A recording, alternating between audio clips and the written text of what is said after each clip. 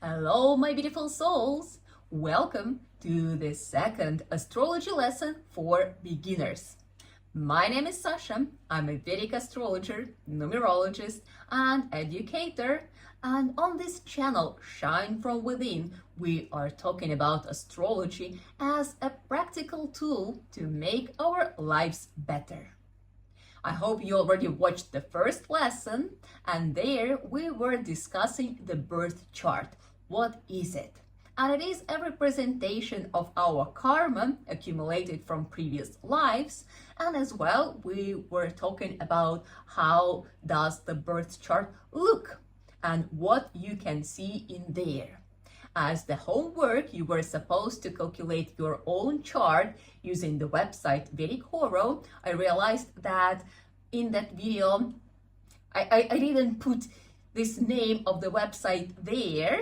It was in the description in case you didn't find it. Like, here it is, please. Yeah, calculate your own chart. And if you calculated your chart in Vedic system, then most likely you at least got surprised and hopefully curious why some placements they were different from what you previously have seen in your Western chart. Or maybe it's your first time dealing with astrology and you just knew your sun sign, just one zodiac sign, and then there you realized 75% of people would realize that even their sun sign is different. So as I said, hopefully not only surprised, but also curious. Why? Why is it so? That is why our second lesson is the answer to this question. What is the difference between Vedic and Western astrology?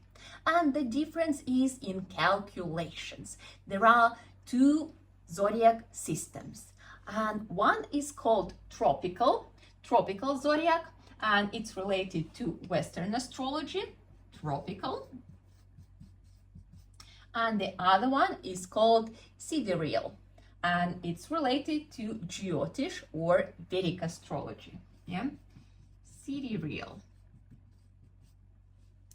Remember, we were talking that calculations are very important because astrology is an interpretation of the chart. And if the chart is incorrect, then what kind of interpretations we will get? They will be different. For example, having Venus in Pisces and having Venus in Aries. It's absolutely different Venus. It's different strength of this planet. It's different qualities of this planet. Yeah, different vibes and different karma it will deliver. So which one is then the accurate one? Which one should we rely on? Before I answer this question, and I don't want it to be the way that I told you. I want you to see it with your own eyes. So let's start with tropical zodiac. Tropical zodiac is connected to cyclic movement of the sun. And it is based on 4 important events, such as 2 equinoxes and 2 solstices. And if we will walk through them, then spring equinox, it's when the length of the day is equal to the length of the night. This day, it happens in April, and it's the beginning of Aries zodiac sign. Then summer solstice, it's when we have the longest day, the shortest night. It's the beginning of Cancer zodiac sign. Autumn equinox, again, equal day and night. It's the beginning of Libra zodiac sign. And winter solstice, the longest night, the shortest day. It's the beginning of Capricorn. The dates, they stay the same every year. Nothing changes. Yeah, those dates that you see in magazines and horoscopes, yeah, if you will Google when zodiac sign starts and ends, then you will see those dates. I'm not going to write them down here. If you're curious, you can Google them. But the only problem with those dates that they are not accurate. And to prove that, I invite you to a planetarium. The best thing about planetarium is that it doesn't belong to any kind of tradition, philosophy. It doesn't follow any kind of specific rules or system of beliefs. It's a very accurate astronomical, scientific representation of the situation in the sky. Yeah, the way the planets, the stars, they are moving, they are placed there. In planetarium, we can see that. Very certain, very clear, and as I said, very accurate. Let's take a look. This is a website called stellarium.org. You can easily find it via Google, for example. It's free to use. They have really nice mobile app as well, free. And it gives very beautiful representation of what's going on in the sky. So let's put on our constellations. We can put on the beautiful art there, yeah, so we can see. And here's the date. See, back to real time. It is real time. So it's 25th of February 2025.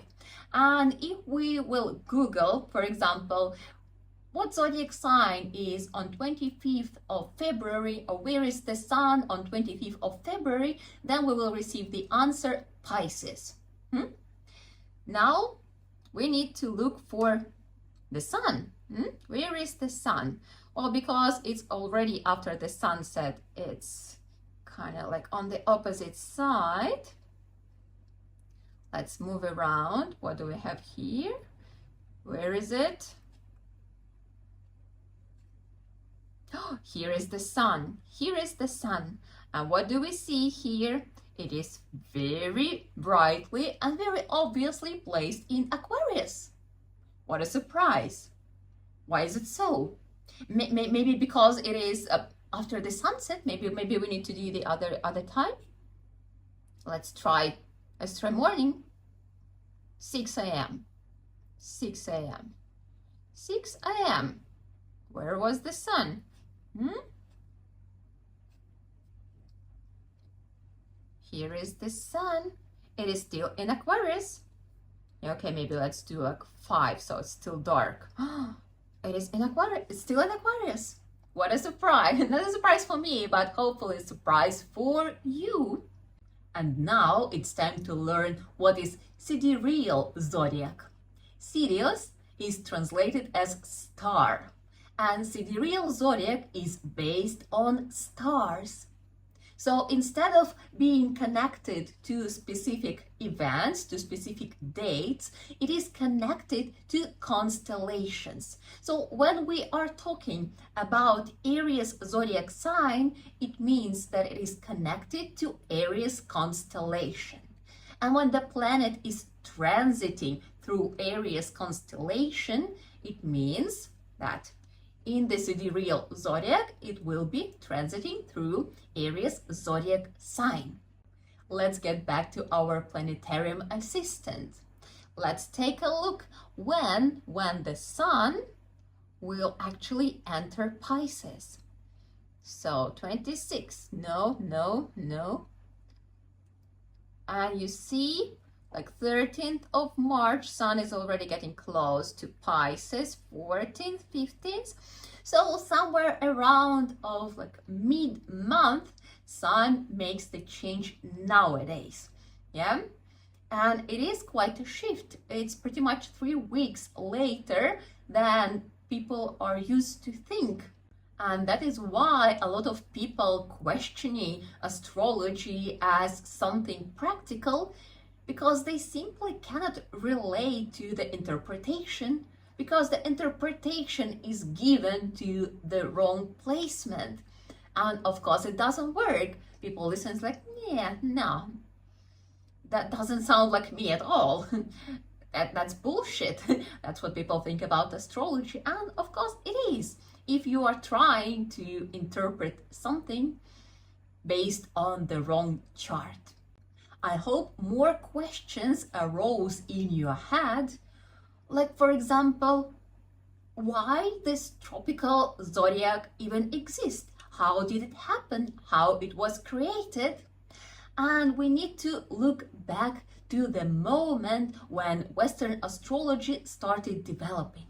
And it was happening about 2000 years ago.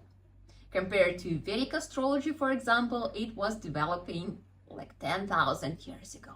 So 2000 years ago, Western astrology started developing. And again, let's take a look. What was the situation on the 25th of February, but about 2000 years ago? Back to real time. Now let's take a look. Unfortunately, I cannot make it like year 00, but I think it's also interesting to see all this movement. And see, it's like the beginning of the previous century. At the end of February, Sun was still in Aquarius.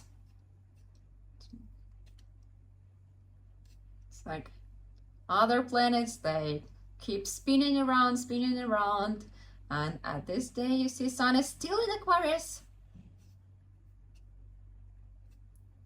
Yeah, maybe it's a little bit boring. I'm gonna speed it up. And you see, now we're getting closer to the year 1000, and it seems like Sun is getting closer to Pisces. With sunrise, it makes a little bit inconvenient to observe it, but you see, so the closer we go to the year 00, then yeah, the sun is in Pisces at that time. So what happened? Why about 2000 years ago Sun was in Pisces, but nowadays it is in Aquarius? Why this shift happened? Here we need to discuss an important thing, that our planet Earth, it spins not only around the Sun, around its own axis, but it also has this kind of wobbling movement, which is called precession. I'm not going to explain what precession is. In 2 words, wobbling movement around its own axis. You can Google it, and you can, if you are very curious, you can check how it works, the precession. But the thing is, in Vedic astrology, in calculations in Vedic astrology, we include this precession movement, while in Western astrology, in tropical zodiac, they skip this very important movement. And this brings us to these different results. And you see, the longer it will be going, plus another 2000 years, and then the difference in these placements, it will be even more noticeable. The thing is, this wobbling, it's not happening very quickly. It's actually a very slow movement. That is why from year to year, we don't really see this big difference. And as I said, for example, nowadays the Sun, it changes zodiac signs, like transit through different zodiac signs. The change happens around the mid of the month, around 15th. But it was like that 10 years ago, 20 years ago, 30 years ago. So around those dates, this shift, it's very, very slow. But when we look at it in a long perspective, then in these two systems, it makes a drastic change. I hope you were amazed, and also you got answers, proper answers to your questions. I hope you are now very curious to study more the planetarium. It's all accessible online, it is free. Or I don't know, maybe you live somewhere where you have like a real planetarium and you want to go there and study. That would be awesome. And I hope you got even more curious to study astrology. That is why don't forget to like and subscribe, because new lessons are coming soon. Thank you very much, and we're gonna finish with mantra, which is translated, may all the beings be happy. Sit down with a straight back. Loka samasta sukhino bhavantu.